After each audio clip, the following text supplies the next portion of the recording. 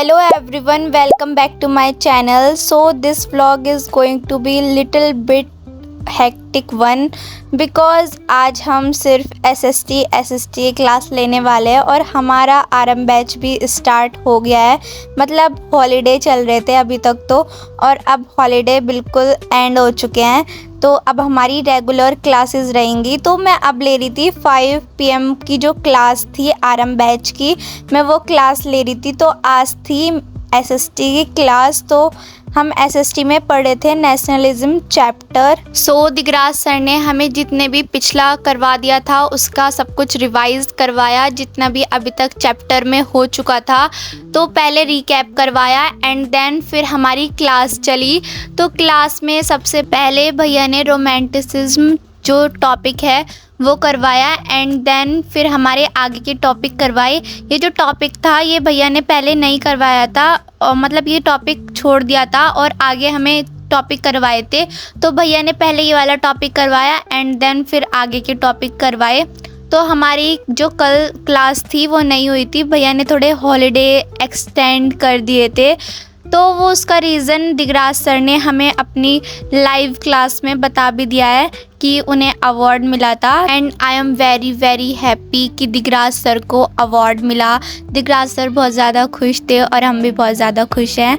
And then उसके बाद 6 PM तो हमारी क्लास एंड हो गई थी एंड देन 6:30 पे भैया ने यूट्यूब पर लाइव क्लास ली थी। मतलब उसमें टॉपर टचअप, मतलब जो इम्पॉर्टेंट क्वेश्चन थे वो मैंने अटेंड करे थे। तो मैं जो इम्पॉर्टेंट क्वेश्चन थे वो अपनी कॉपी में नोट कर रही थी और आंसर भी मैं दे रही थी। एंड जिसके जितने भी क्वेश्चन थे वो बहुत ज़्यादा मतलब अच्छे क्वेश्चन थे, अच्छे लेवल के क्वेश्चन थे। भैया बहुत अच्छे क्वेश्चन लेकर आए थे। तो जितने भी क्वेश्चन थे वो मैंने एक अलग नोटबुक में नोट डाउन करे थे कि बाद में रिवाइज भी कर लूँगी, तो इसलिए मैंने नोट डाउन कर लिए थे। मतलब मैं लाइव क्लास बीच में रोक के नोट डाउन कर रही थी। एंड देन इस लाइव क्लास के बाद हमें फिर अटेंड करनी थी अपनी 8 PM वाली जो क्लास थी। तो 8 PM वाली क्लास में भी हम एसएसटी पढ़ेंगे, क्योंकि शोभित भैया जो थे उन्होंने क्लास नहीं ली थी, तो हमारे दिगराज सर ने क्लास ले ली थी क्योंकि भैया को चैप्टर जल्दी से जल्दी कंप्लीट करवाना है। और जो चैप्टर है वो बहुत ज़्यादा लॉन्ग भी चैप्टर है, तो इसलिए जितना जल्दी हो सकता है दिगराज सर को वो चैप्टर कंप्लीट करवाना है। एंड आपने एक चीज़ नोटिस करी कि भैया कितने ज़्यादा एनर्जेटिक हैं, उनके अंदर कितनी एनर्जी है। मतलब 4 PM से लेकर भैया पूरे 9 PM तक रेगुलर कंसिस्टेंट होके हमें पढ़ा रहे हैं, बट उनके अंदर इतनी ज़्यादा एनर्जी है। मतलब कभी कभी मुझे ऐसा लगता है कि जब जैसे मैं रेगुलर एसएसटी पढ़ रही हूँ तो मैं बोर हो जाती हूँ, बीच में बोर होने स्टार्ट हो ही जाती हूँ। रेगुलर तो नहीं पढ़ा जाता और भैया रेगुलर पढ़ा रहे हैं, मतलब उनके अंदर कितनी एनर्जी है। तो मुझे इतनी ज़्यादा मोटिवेशन फील होता है कि मुझे भी ऐसे ही पढ़ना है। तो बस एंड देन फिर मैंने 8 PM वाली क्लास ली। वो क्लास मतलब एंड हो गई थी, तो मैंने फिर 8 PM वाली क्लास ली। और मैं आज सीरियस में बताऊँ तो मैं बहुत ज़्यादा बोर हो गई थी कि एसएसटी। तो थोड़ा सा ना लास्ट में 8 PM वाली क्लास में ये हो रहा था कि मेरा थोड़ा पढ़ने का मन नहीं हो रहा था, बट मैंने नहीं मोटिवेट होकर थोड़ा बहुत पढ़ा और अच्छे से समझा। और जो नोट्स होते हैं तो नोट्स तो मैं बनाती नहीं हूँ एसएसटी में, बस स्कूल के नोट्स मेरे चलते हैं।